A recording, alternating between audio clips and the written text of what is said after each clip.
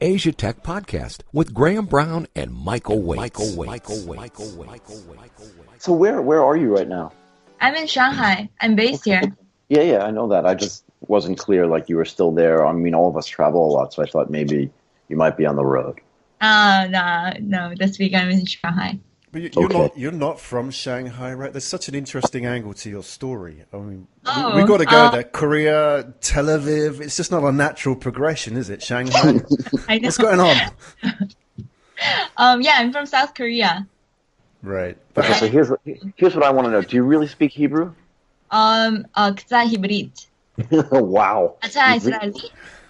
No, but I mean, but I'm Jewish. Like, do I get a discount for that? Right. Yeah, Michael. Shame on you, Michael. I know I don't get a discount. I don't understand. Oh, wow. Okay. Yeah, this is great. Yeah. So can you just tell me and tell us, like, I'm really curious, almost more about like who you are than what you do yet. I want to put it in context so I can understand. Sure. Okay. So do you guys want my like startup journey? Yeah, I want the Yeah, whole yeah, thing. do it. I want to know. I really want to know. And you don't even have to put it in like startup context terms. Like I really want to feel like I just met you and I'm asking you like what you're doing and how you're doing it and why you got there. That's what I really want to know. All right. So I was just like ordinary girl, and like when I was 10 years old, my family all moved to US because of my dad's work. And so at that time I kind of picked up English, and we had to come back to Korea like 1.5 years later. And then Where? when I came back to Korea, I lived in Arizona, Phoenix, the desert Wow. part of US. And then when I came back to Korea, I had really tough life in Korea because like if you have like really extraordinary character and you're like you want to express yourself, Korean society doesn't really like that. And so I had kind of hard time in my kind of high school, middle school life. And then I really wanted to like explore the world. I wanted to just get out of like this small country and like explore for myself. And so then I went to UK in Winchester for exchange student. And then the next year I went to Ecuador for volunteering. It was like it didn't matter if there's a program that would like let me go abroad, I would just like register it. I'll take it. Yeah, and then like when I came back from Ecuador, now it was like I had no other cards to use to go abroad. But then it was the first year for Korean President Park, who's now in prison. Right. And she, in her first year, she wanted that startup ecosystem in Korea because like we're full of like big companies, but we don't have that startup ecosystem. And so she came up with a lot of programs to send young entrepreneurs to especially Silicon Valley and Tel Aviv, like Israel. What year And was that? Huh? So What year was that? what year was that? It was 2013, and Got it. it was end of July that I actually landed on Israel. And so at that time, I was in university, and I met this startup founder for the first time in my life. He came to give us a little kind of lecture about like what startup is and why he decided to quit his company and start his company. And that story really kind of inspired me. And so I just like asked his business card and went to his company and asked him a bunch of questions about startups and everything. And then I asked him like one question, like, if you go back to university life, what would you do? And he told me that, oh, if I were you at your age, I would go to Israel and found my own company. And so I was like super inspired, and I started to search everything about Israel. And then at that time, so I found this like program that sends young entrepreneurs to Israel for like 6 months, learning the ecosystem and doing internship. And I applied for it, and I got into it. And so I landed in Israel and started my startup interviews. Okay, so why did I start startup interviews? It was like I was a social marketing manager for this startup company, Naobi, the startup entrepreneur who I met for the first time. He was the CEO of that company. And so I naturally became a social marketing manager for this company to make this company expand to Israel. And so part of our plan was to do some like offline activities in Israel. And so I came up with this idea that maybe I can go interview startups in Israel. And so I started the startup interviews from there. And then the next year, he sent me to the same way he sent me to Israel. He sent me to Silicon Valley, and I was a business development there. And so pitching to a lot of companies, investors, trying to achieve like partnerships with Silicon Valley companies. And it was natural process that I realized I really like writing. It's just much more like comfortable in your mind that way. So at the time I volunteered for a Korean tech blog, Be Success, and they let me interview like 20 startup founders in their conference, which was held in Seoul, Korea.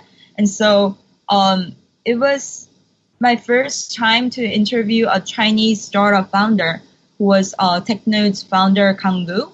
And then I told him that I always wanted to go to China. And I asked him for his advice, and he just let me join TechNode. So that's how I became full-time writer for TechNode. And I came to China in 2015, January. But what was it about the startup people that you met that inspired you? I mean, obviously, you have this sense of wanting freedom, it seems to me. Somebody who wants to sort of get away from maybe what you feel is like a little bit of restrictive way of living at home. So that's why you went as far afield as Ecuador and then went to Israel and stuff like that. But what was it about the startup people that you met that inspired you? I love startup people because like I think like living in Korea, we have this culture of like complaining about things around us, complaining about government and some things that restrict us. But startup founders, they talk about like solutions. When they talk about problems, they always talk about their solutions. That's what inspires me. And another thing is that they're just like, you know, when you talk to someone and you know that person is awake and he knows what he's doing, and it's like you just feel it because he has that atmosphere and kind of like halo around him, and so you just fall into it. And it was something like that when I met this James Lim, my first startup CEO, and then Kang Lu. When I met him, I was like already like impressed by these people, and like I wanted to learn from them. And so it was like really natural that I also joined their company to solely like work for them. And so I guess like people, like startup people have that charm because, you know, they are like leader of their own company. They're not just like employee of like one company. They don't know where they're going. They don't know what their vision is. But startup founders are so interesting because they know what they're doing and they have vision. So yeah, this is like, yeah, a journey, I guess. No, it's great. So I'm really curious now that you're at TechNode and you also do your own podcasting, right? So how many episodes of your podcast have you done? I think it's about 22. Okay, so you're relatively new at this, and you do it in Korean, right? Yes, but I recently did one in English, so I guess I'll like swap between those two as I go. Is it just founder dependent if your founder speaks Korean, or are you interviewing Chinese? Because you're in Shanghai, right? So are you interviewing Chinese entrepreneurs and then translating into Korean, or like how does that work? Oh, my podcast, right? Yeah.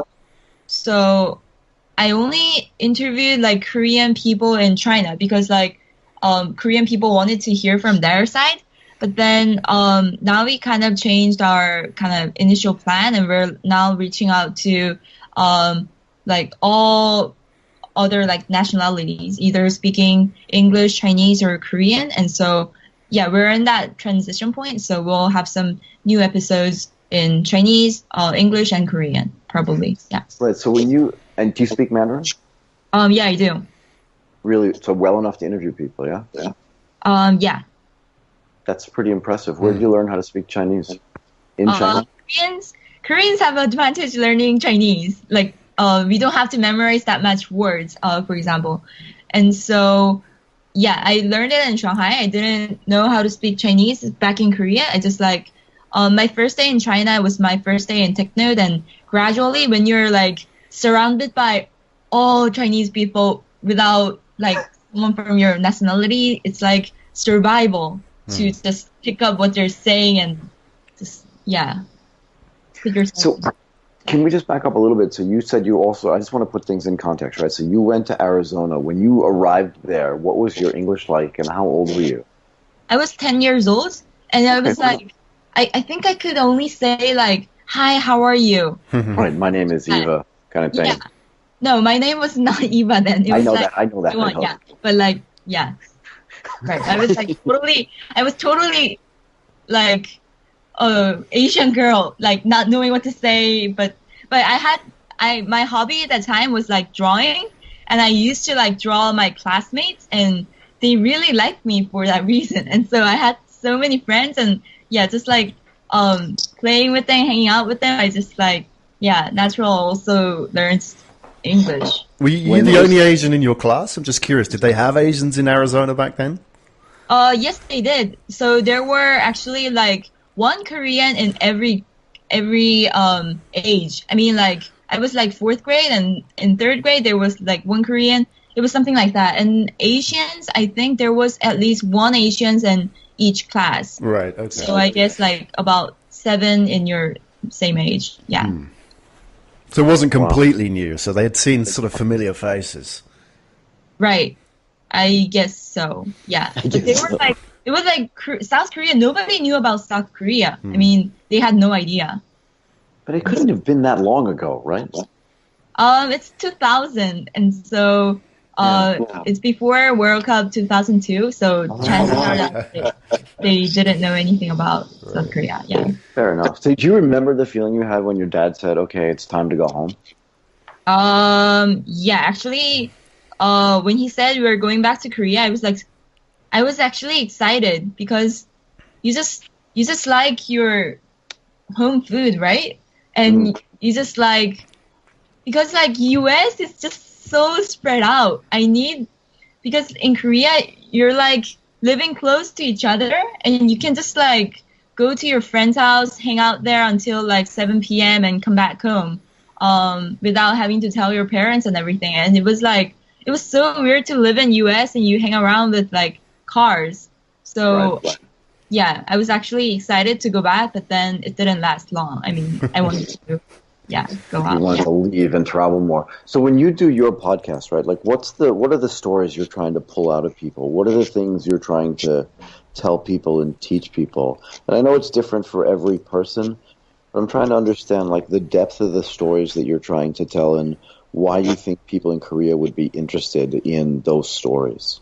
Right. So when I do podcast interviews, I try to pull out industry trends. So that way I can also publish article on TechNode in English, and which creates like double content for podcast and for our readers. So I try to pull out like industry trends, but then I also try to pull out like lessons from their experience. I mean, either they're from e-commerce, VR, or hardware. They're like experts in their area, and there's different lessons from their journey. And so I try to pull out their kind of really specific stories they can tell from their experience, and give courage to Korean people to really kind of give it a try and come to China. Yeah, so I think the world has an impression of Korea through some of the larger companies that you mentioned, right? Like LG and Hyundai, and obviously Samsung is 20% of Korean GDP, so it obviously has a big role in the country. I think that's what people's perceptions are. But is there something different today about what's going on, or that you're seeing maybe through your interviews about how the sort of startup environment in Korea is changing vis-a-vis China? Like, what have you learned over the past couple of years about being in Shanghai and what the startup world means in Korea? And like, what have you learned about that? So the difference between like Korea and China, I see, is that firstly, Korea does have like really great technology. The people are really smart, and they have really good sense of design. And so when I see like Korean startups, they have really good technology, they have good design, but just that they, I guess they really have a small market. So, and the other side is that there's a lot of restrictions from the government. And so there are so many restrictions. And so I want to see more Korean startups going global, like starting from overseas from the day one and creating more like global products. I'm looking forward to that. And about China, well, it's amazing because like Chinese government kind of allow this like gray area before they put in any restrictions or laws. So they just like let the people like do their innovation until they found out some like problems they have to like really restrict later on. So that, I think that kind of freedom gives that innovation in this startup ecosystem in Shanghai. And so I'm seeing so many exciting examples in China. Obviously, WeChat, Alibaba, Alipay payments, Mobike, of course. But then these days, I don't know if you guys been to Hema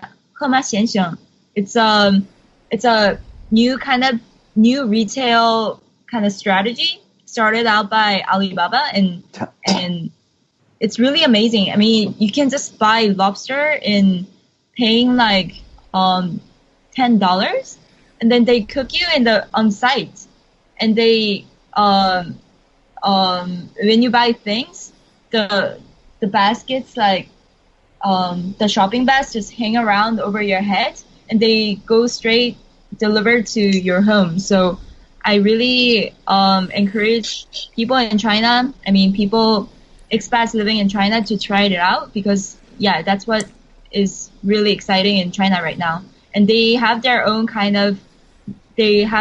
version of Amazon Go. So there's now unmanned convenience stores in Shanghai. And so we're seeing some very exciting new retail startups in China right now.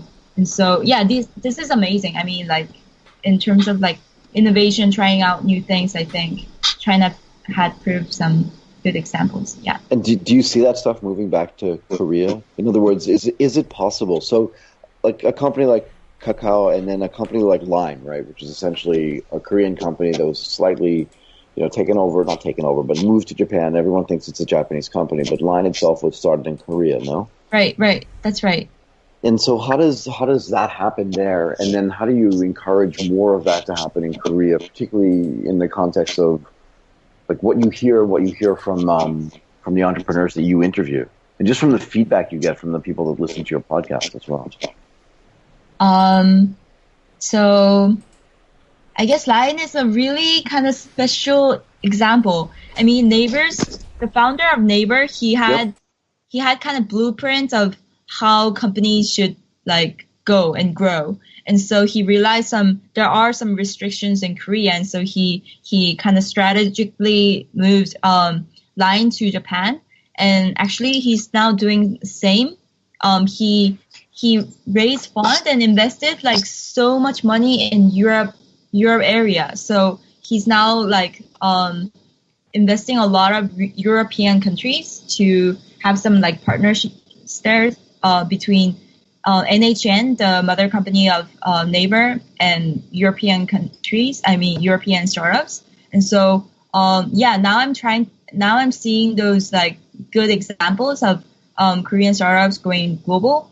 And then talking about Kakao, I see Kakao has a really good people inside there, and they're trying out like Kakao Pay. That's great. And we'll gradually see more mobile payments.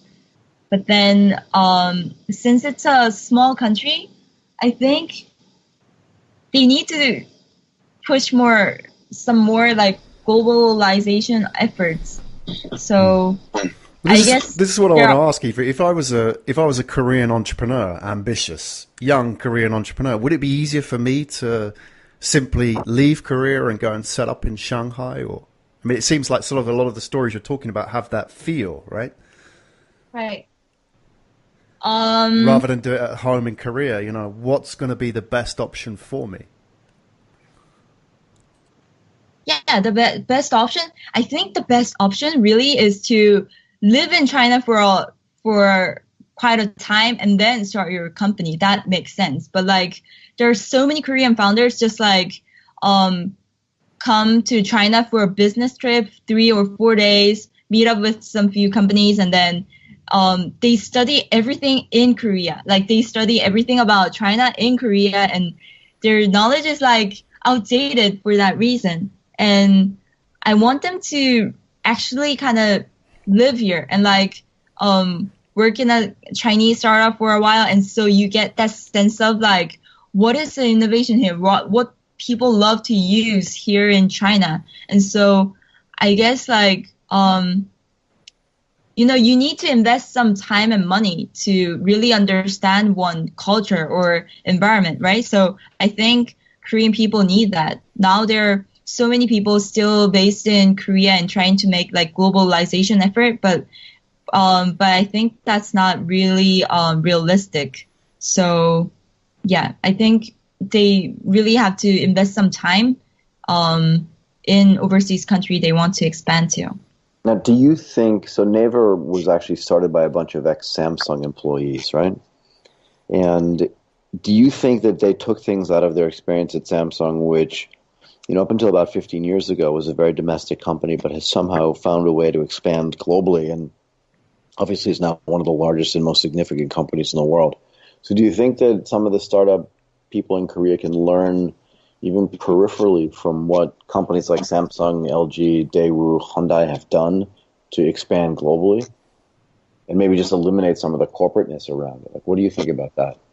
I think that's actually those previous employees in those big companies are doing actually very well, performing very well in South Korea. I mean, like, I've seen so many like previous employees coming out from Samsung, LG, or Hyundai, and then starting their own company, and they're actually doing really good because they have their core technology, right, and they are really niche in their field.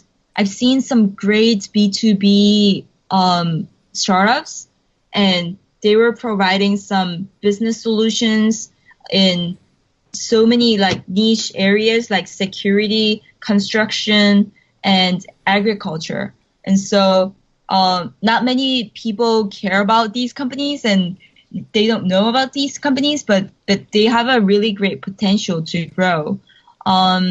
So I think, seeing those sectors, I mean, it's unlikely these startups will become like really big companies, like, because they are still in B2B field.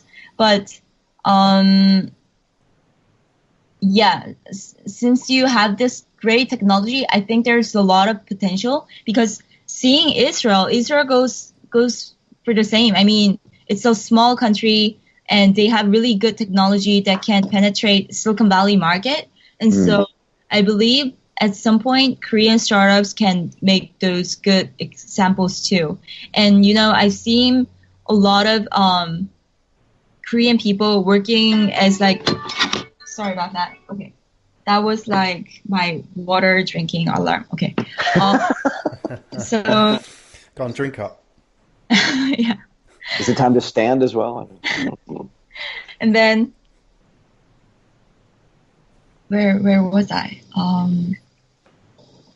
Oh yeah, so I'm seeing a lot of Korean people working in like C-level in Chinese companies. So when I go to Huawei, when I go to Alibaba, when I go to Tencent, I meet these Korean people in like executive level, and so I'm like so amazed. So they're definitely learning a lot from innovations in other countries, and possibly we'll see some good examples, I guess. Okay, so one kind of not last thing, but just one other thing I want to touch on. You do a podcast. You've recently started doing it. You're thinking about changing your strategy there. Is the podcast that you do associated with your working at TechNote, or is that something that you're doing separately? I'm doing it really separately, yes, because how should I say? Everything I do in Korean is, I feel like it's like volunteering. It's not about like work, because like everything about my work needs like speaking English and Chinese. But then people who actually write me like thank you letters and who actually want to have like coffee with me are all like Korean startup founders. They have this like really thirst for knowledge about like Chinese market, how can they penetrate. And so I naturally like spend like extra time on blogging in Korean and podcasts in Korean. And so they can like much more intimately learn from these founders on sites. And so, I think of it like a kind of, volunteering. Well, it naturally fits with your story as well. That's the key, isn't it? I mean, your story, not just of you moving to China, but, you know, from a very young age, you've moved all over. So you've always been an outsider moving to a new place. So I think, you know, if you go beyond the fact that you're in the industry, that you're in tech, there's the human story, isn't it? Of like somebody who's chosen to move from one place to another for a better life. And that's really where you're connecting with these Korean founders at the emotional level. And that's something you've got to build on, right? Because you have a niche skill there, an advantage that, you know, there are very few people doing what you're doing who can actually get up and talk about it. So in that sense, you're providing a magnet for those people who say, okay, somebody's out there telling me the human story of these people moving to China from Korea. That's really interesting, and that's something I think you've got to continue. Even though you describe it as volunteering, I think that's your future.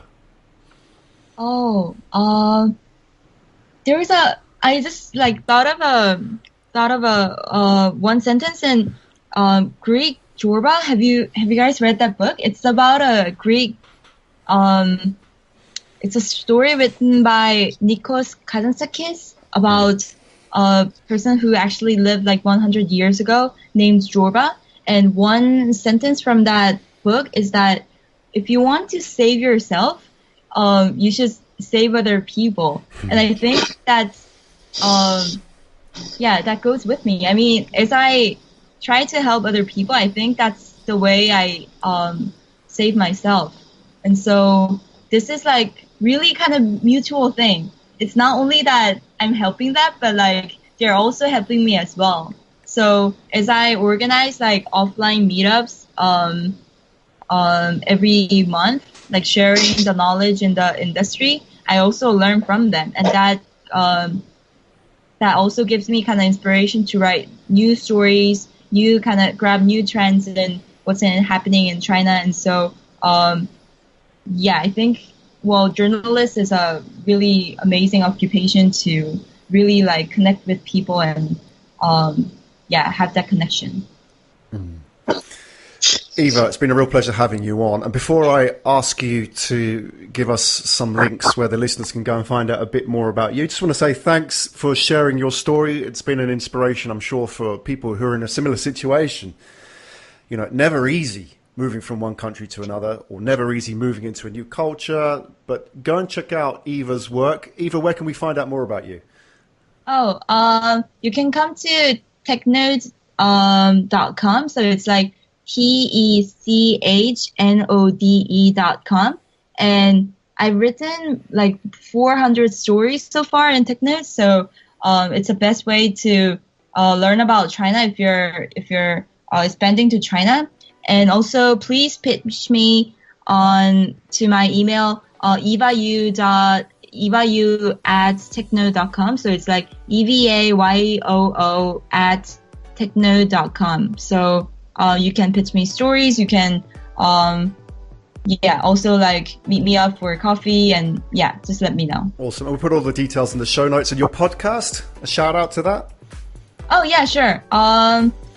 It's like Heading to China, and it's on iTunes. So I guess I'll have to share the link. Yeah, we'll put that in the show notes. Eva, thank you so much for sharing your journey with us today. It's been a real pleasure. Thank you so much.